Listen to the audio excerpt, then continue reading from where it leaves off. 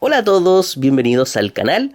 Hoy les traigo la reseña de la novela El Señor de las Moscas del autor británico William Golding. Fue publicada en 1954 y se trata de su primera obra, y sin duda la más conocida. El título El Señor de las Moscas hace referencia a Belcebú.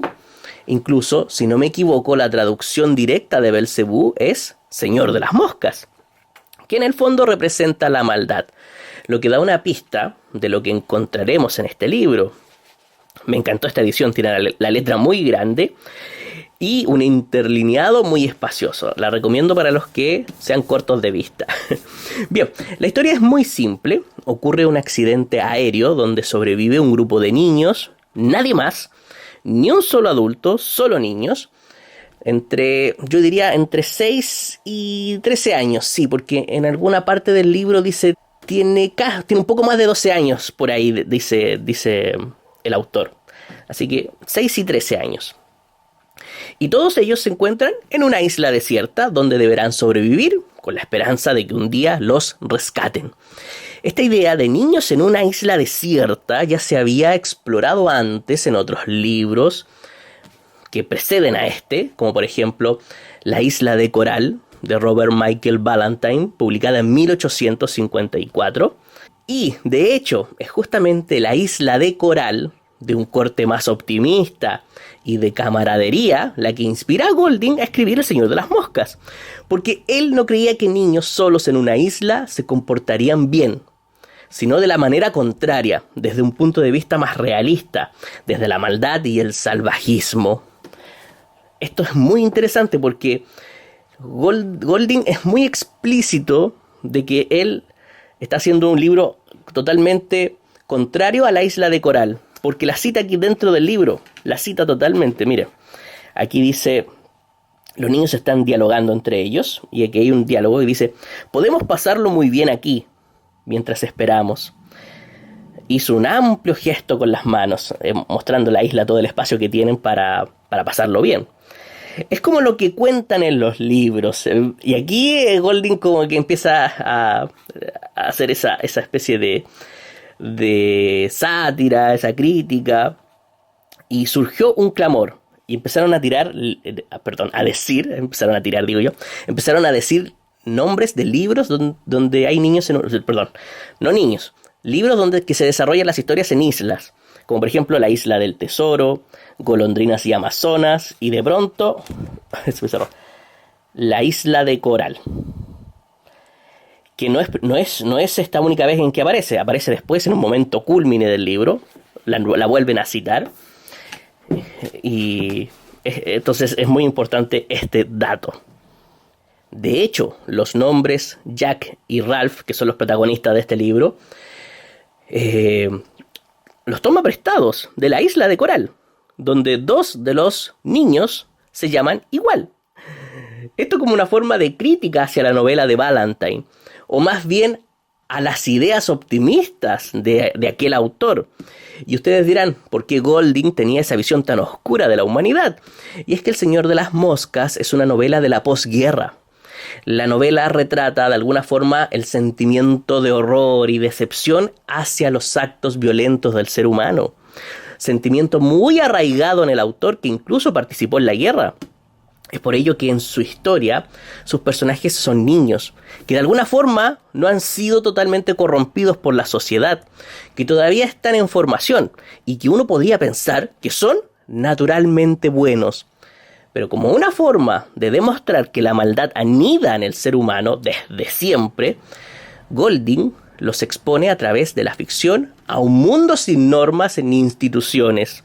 Les quita la civilización, los pone en una isla e inmediatamente la violencia emerge desde el interior de los corazones de estos pequeños, como demostrando que nuestro lado salvaje e irracional siempre está ahí, en nosotros, esperando su momento para tomar el control. De hecho hay una escena que me parece maravillosa en la historia, que ilustra esto. En este libro está en la página 85.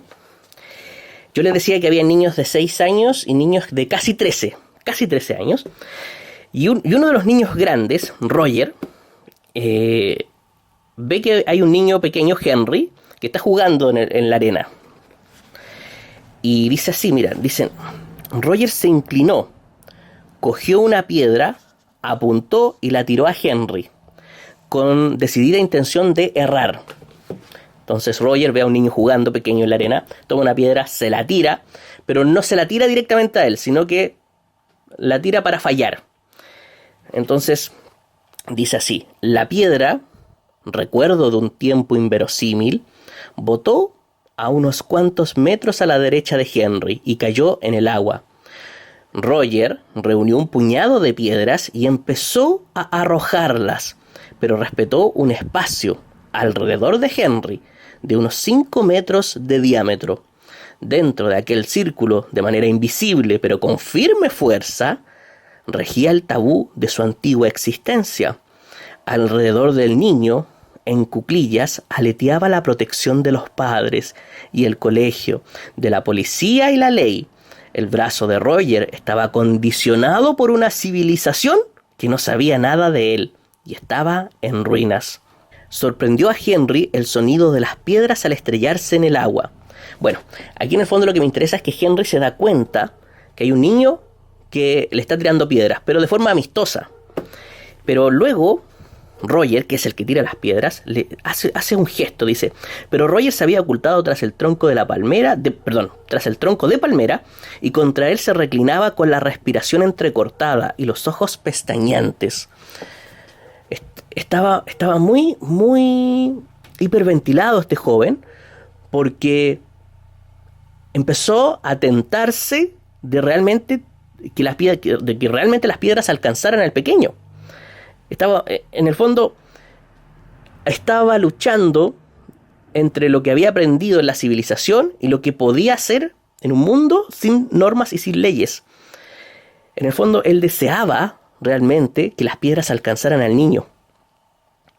Pero lo retenía su formación. Pero ¿qué iba a pasar con este joven, Roger, cuando la civilización se empieza a extinguir de su corazón y se apague totalmente? Esto es brutal. Entonces, la novela sostiene que la civilización no elimina la barbarie, sino que apenas la contiene. Cuando desaparecen las leyes, la educación y las instituciones, los impulsos más primitivos afloran con rapidez. Eso es genial en ese sentido. Y hay un detalle que me pareció muy interesante.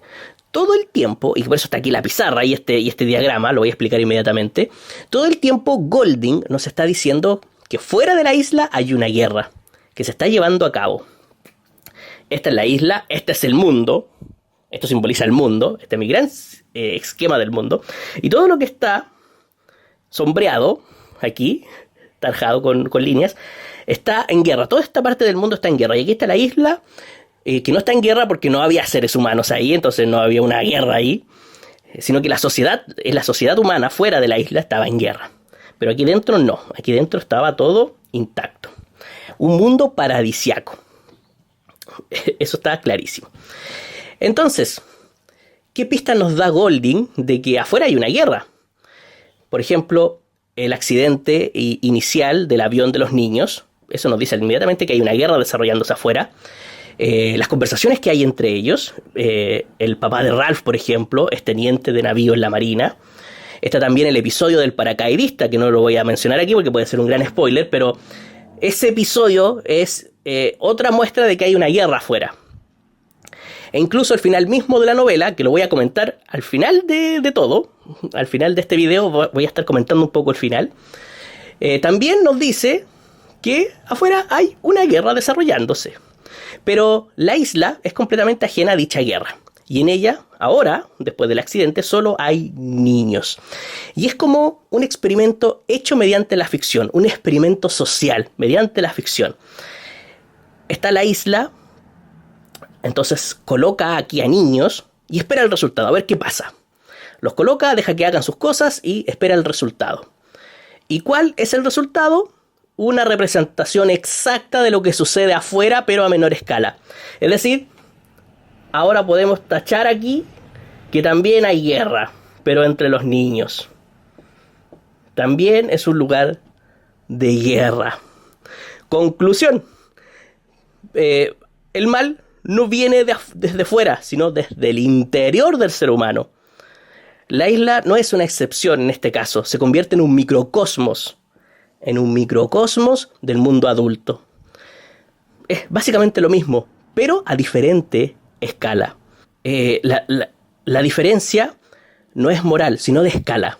Los niños usan lanzas, los niños usan piedras, y los adultos usan barcos, aviones y bombas. Ese paralelismo es uno de los mensajes más poderosos de la novela. Al ser entonces la isla un microcosmos del mundo adulto, muchos ven esta obra como una alegoría política y descartan la idea de que se trata de una representación de la civilización versus la barbarie, o de la razón versus la irracionalidad. Pero yo pienso que una cosa no tiene por qué descartar la otra, para nada. Lo que pasa en la novela es progresivo, es una cuenta atrás hacia la autodestrucción de los niños. Y parte precisamente con la casi ausencia de cualquier noción de civilización al estar en la isla. ¿Y por qué digo casi ausencia de civilización? Porque en el inicio de la novela queda aún un remanente de civilización en el corazón de los niños. Recordemos lo que les acabo de leer de Roger.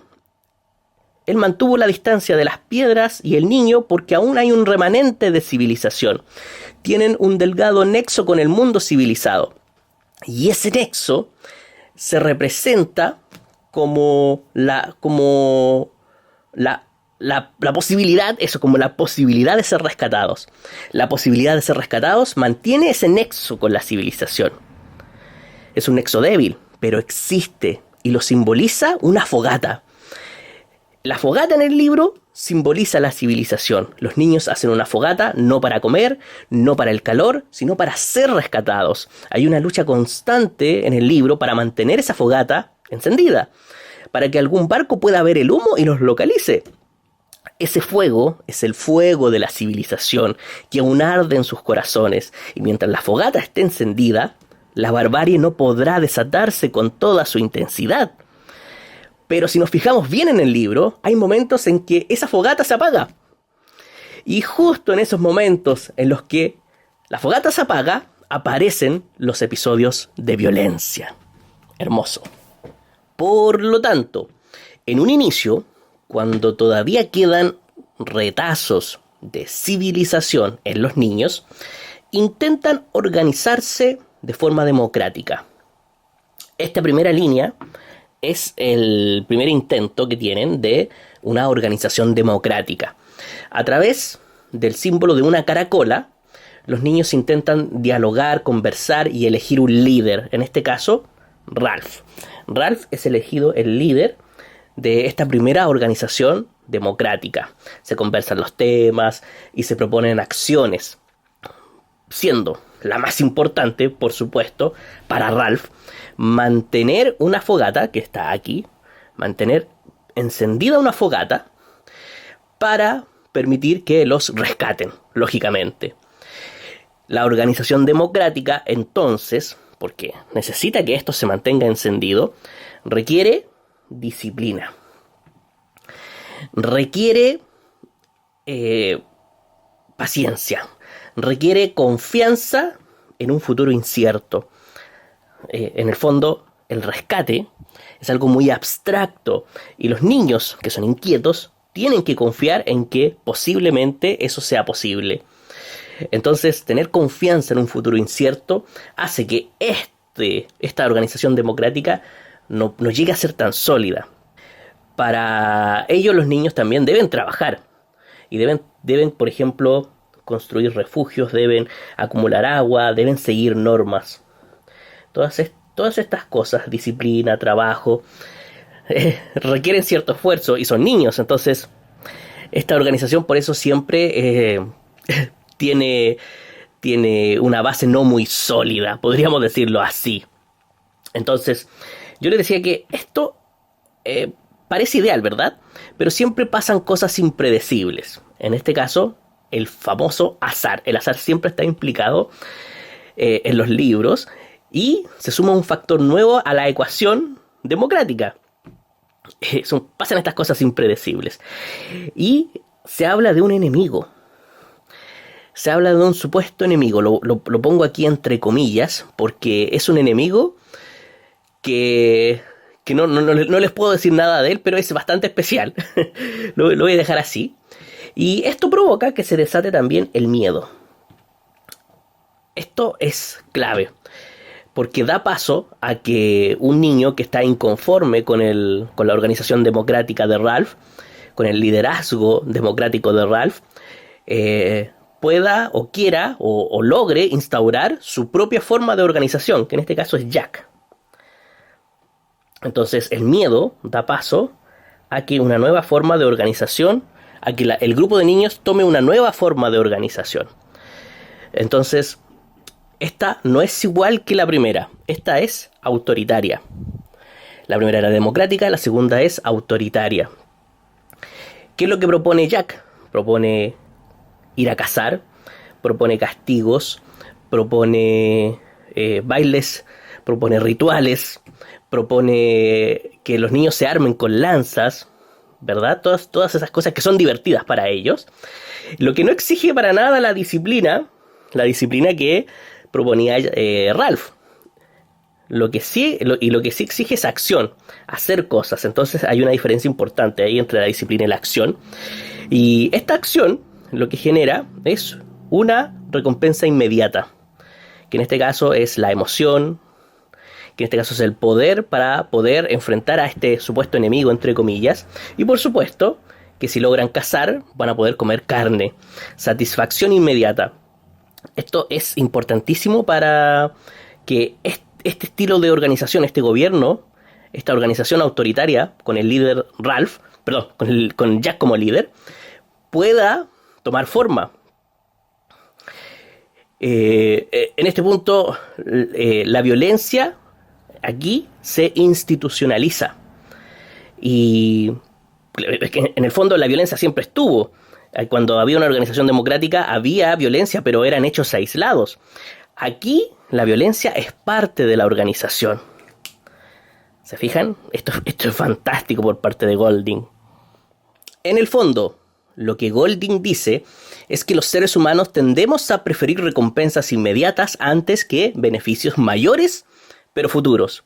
Los niños prefieren el poder, prefieren tener lanzas para enfrentar a su supuesto enemigo, prefieren tener carne para comer, a tener una fogata encendida todo el tiempo para que los rescaten en un futuro incierto. Esto causa no un descenso hacia la barbarie propiamente tal, sino que a partir de ella se produce un cambio de sistema, de uno democrático hacia uno autoritario. Jack no destruye una sociedad, solamente crea otra porque no le gustan las reglas de Ralph y quiere vivir bajo sus propias reglas. Y no obliga a los niños a seguirlos, los siguen porque cuando un grupo humano cede ante el miedo, esta combinación es importantísima dentro de la novela. Cuando un grupo humano cede ante el miedo y cede ante sus impulsos, esta combinación se terminan permitiendo gobiernos autoritarios. Por lo tanto, podemos apreciar que la lectura de alegoría política en el libro no descarta para nada una lectura de civilización versus barbarie, sino que se complementan, una nace de la otra. Y en esta historia, desde lo irracional, aquí desde lo irracional, desde los impulsos que nacen del lado bárbaro del ser humano, se desprende el autoritarismo. Desde aquí se desprende el autoritarismo. Y desde lo racional, desde la civilización que responde a la razón, se desprende lo democrático.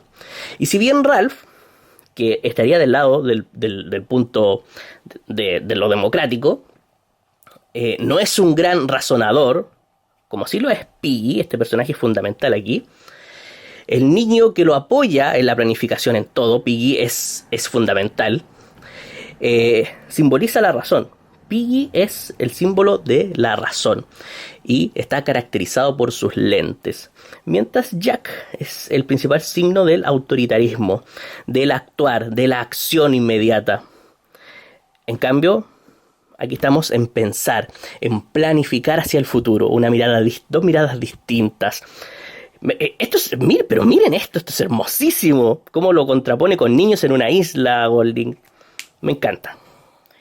Ya, seguimos entonces con este esquema. Me lo voy a quedar todavía, porque me interesa Piggy.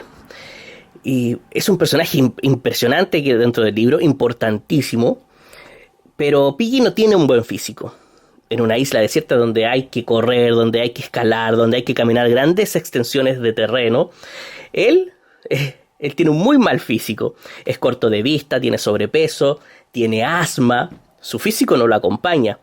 Entonces, ¿cuál es el arma que él puede desarrollar cuando tiene tantas carencias? Pues su mente razonadora. Por eso Piggy es el emblema de la razón. Es un personaje importantísimo en ese sentido. En cambio, Jack y Ralph son niños más atléticos. Son más ágiles, tienen una destreza física que Piggy no tiene. Y pueden abrazar los dos el mundo bárbaro porque la agilidad, la acción, todo eso los puede atraer totalmente por su destreza física. Y como son niños pueden abrazar esos impulsos, que es lo que le pasa a Jack. Totalmente. Entonces la pregunta es ¿por qué Ralph, que podría ser parte de este bando, del bando de la barbarie, del autoritarismo, por qué se queda y sigue pensando en un mundo democrático? Y es porque los seres humanos somos todos diferentes, y en Ralph aún queda un destello de civilización. Todavía no lo ha abandonado por completo. Él es un símbolo de que todavía la civilización anida en el corazón de un niño. Y tiene una contraparte totalmente opuesta. Bueno, se me olvidó la palabra. Bueno, él tiene una contraparte. Y él es Roger. Un niño que es lo opuesto a Ralph. Tiene un lado muy oscuro. A quien la razón lo ha abandonado totalmente. Y ese niño ha dejado en completa libertad su lado salvaje y violento. Las personas son diferentes, no son todos iguales. Por lo tanto, la novela tiene una lectura sobre cómo la civilización mantiene a raya nuestro lado salvaje. La novela tiene una lectura sobre cómo la civilización mantiene a raya nuestro lado salvaje. Pues sí, está en el inicio de la novela. Tiene esa lectura. Podemos decir que sí. Pero, ¿la novela también es una alegoría política? Por supuesto que sí. Viene justamente después de la primera. Porque deriva de ella. Una lleva a la otra. Y se complementan. Es el corazón de este libro. Entonces hay gente que dice, no, es que... No, el Señor de las Moscas es solamente una alegoría política. Y otros dicen, no, es solamente una representación de la civilización versus las barbarie. Pero yo siento que no, que esto se complementa y que las dos coexisten y se complementan muy bien. Ok, me quedó un poco justo aquí la cámara, se alcanza a ver estilo literario ahí. Bueno, espero que se vea bien. En cuanto al estilo literario, Golding combina un lenguaje sencillo, porque es un lenguaje muy sencillo, se lee claramente, es un estilo claro, y lo combina con una gran carga simbólica. Esto es vital, esto sí que es muy grande dentro de la novela, el simbolismo. Los niños no son solo seres humanos, los niños representan ideas, representan conceptos. Por eso, a muchos lectores se les complica la historia, o no les gusta, porque los niños están en esa zona entre ser una idea, un concepto, y ser seres humanos, ser personajes de ficción. Apenas conocemos sus familias, por ejemplo, sus recuerdos o sus contradicciones psicológicas. Golding elimina casi todo aquello que nos sirve a la alegoría. Los personajes, entonces, se encuentran en una región límite entre ser personas y ser ideas. Esto es muy interesante dentro de la novela, por lo que a muchos lectores les resultan personajes planos, sin alma, pero literariamente, para evitar que eso pase, Golding inserta momentos de humanidad en ellos. Piggy es inseguro. Ralph, cuando en el inicio de la novela, juega como un niño. Jack pasa por todo un proceso para aprender a cazar, es decir, tiene un punto de aprendizaje, va creciendo, va aprendiendo. Es decir, los personajes conservan una psicología suficiente para que la novela funcione, para que funcione como ficción, aunque nunca alcancen la complejidad de una novela psicológica, pero les da un toque de humanidad a estos niños, pero también son ideas. Ralph simboliza la democracia, Piggy la razón, como les decía, Roger la crueldad, Jack el autoritarismo, Simón la verdad. Y puede que sea Simón, a mi parecer, el personaje que sí tiene un mundo interior un poco más desarrollado dentro de la novela, y puede que sea el niño literariamente más desarrollado dentro de la novela, sea el personaje más interesante en ese sentido. Entonces muchos se sienten defraudados porque no entienden de que Golding intenta jugar o que intenta luchar entre crear un personaje bien desarrollado y que también deban representar una idea. Tienen que ser dos lados de una misma cara. ¿Así se dice o no? Bueno, no importa, ustedes me entienden. Entonces, conservar ese equilibrio literario entre humanidad e idea me parece una maravilla, porque ¿cómo escribes una novela así? ¿Cómo lo haces? Es una genialidad. Entonces, también la novela tiene una buena tensión narrativa, gracias a la acción que siempre aparece en el momento oportuno. Siempre están pasando cosas, siempre. Y gracias ¿cómo se llama? A la descripción, porque también hay pasajes donde se describe muy bien la isla, lo paradisíaco de la isla, lo bella que es. Esto es fundamental porque funciona como un contraste frente a las acciones brutales que suceden en la isla. Claro, esta brutalidad impresiona más al lector después de entender que se da en un paisaje tan hermoso, tan paradisíaco. Los contrastes, las descripciones, la tensión narrativa, el simbolismo, el lenguaje sencillo, la acción, la novela de aventuras mezclada con alegoría política, mezclada con el deseo de indagar en la profundidad del alma humana, si hay mal ahí o no, hacen de esta novela una maravilla, realmente. Ok, entonces yo diría que El Señor de las Moscas no busca que el lector ame a sus personajes, sino que los comprenda. La fuerza emocional de la novela no proviene de encariñarse con Ralph o con Piggy como individuos, sino de observar cómo una comunidad entera se transforma. El protagonista, en cierto sentido, es entonces el grupo. La organización. Ese es el protagonista, perdón. Ya me estoy quedando sin voz ya. Uy, me ha dado un resfrío horrible. Bien, El Señor de las Moscas puede leerse entonces como una novela de aventuras fantástica que me encanta. También como una alegoría política, que se los hablé bastante durante la reseña. También como una reflexión filosófica sobre la naturaleza humana y una crítica a la confianza excesiva en el progreso. También Golding plantea que la civilización es una construcción frágil. Depende de reglas compartidas y del autocontrol, que es muy importante. Autocontrol, que si no se lo tiene pasa lo que pasa con estos niños. Entonces, cuando esos límites desaparecen, el verdadero enemigo no proviene de una bestia externa, como los niños creían, sino de la violencia que viene del interior del ser humano, el deseo de dominación que viene del interior del ser humano. Todo está dentro del ser humano. Por eso hay que mantenerlo a raya. Y esta obra se mantiene vigente justamente por eso. Sigue siendo una referencia indispensable para pensar en la relación entre poder, moral y sociedad. Hasta aquí llega la reseña, pero voy a hablar ahora un poquito del final. Solo un poquito, quiero aclarar unos puntos. Así que si no les gustan los spoilers, hasta aquí llegó el video para ustedes. Pero a los que les gusta saber spoilers, o ya se leyeron la novela, les quiero hacer un comentario sobre el final. Bien, ¿ustedes recuerdan? ¿Ya se fueron los que no quieren saber spoilers? ¿Se fueron? ¿Ya se va? Ahora sí, ya, vamos con los spoilers.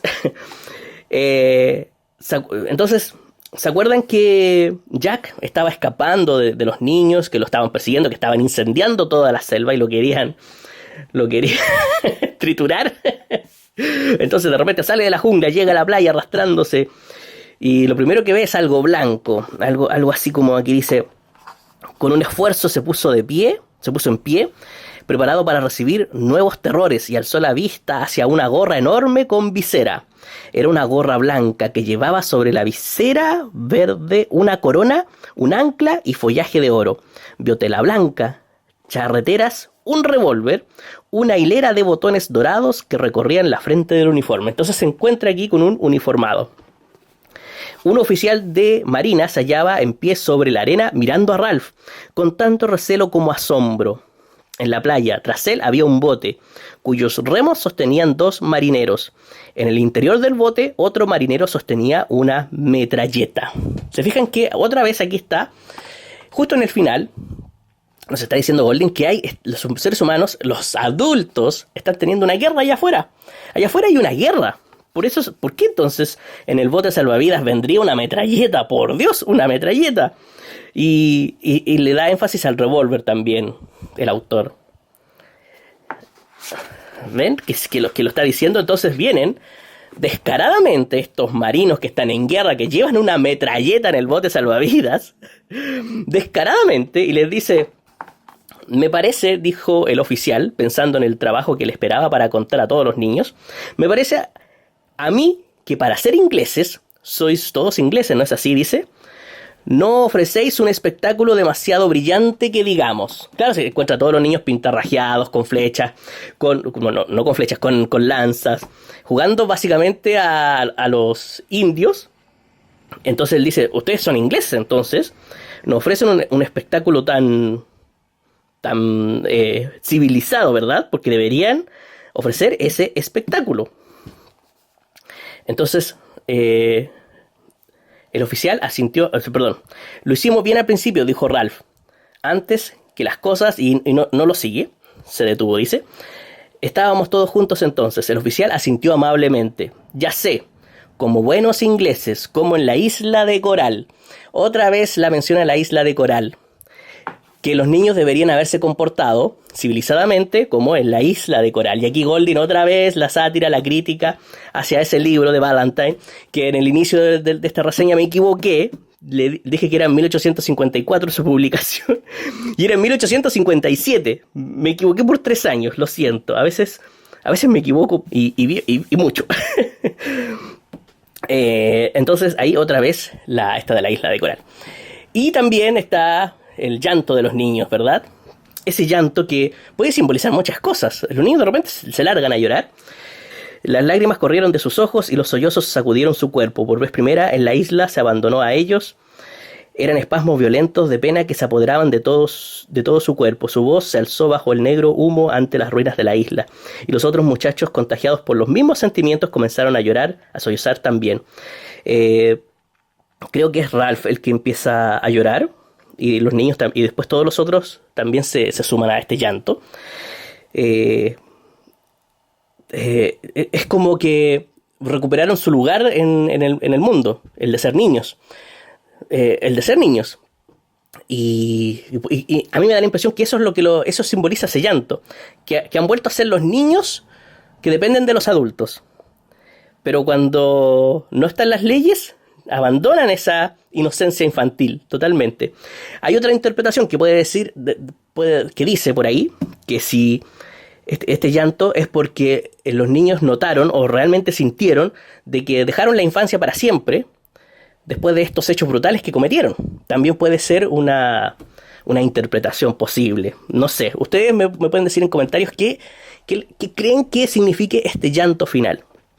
También el final ha decepcionado a varios de ustedes, me lo han dejado en comentarios, que en el fondo los niños que cazaban a Ralph no recibieron ningún castigo, no recibieron nada, o sea, básicamente fueron todos rescatados y el sufrimiento y los asesinatos que ocurrieron ahí, no hubo justicia para ellos, ¿verdad?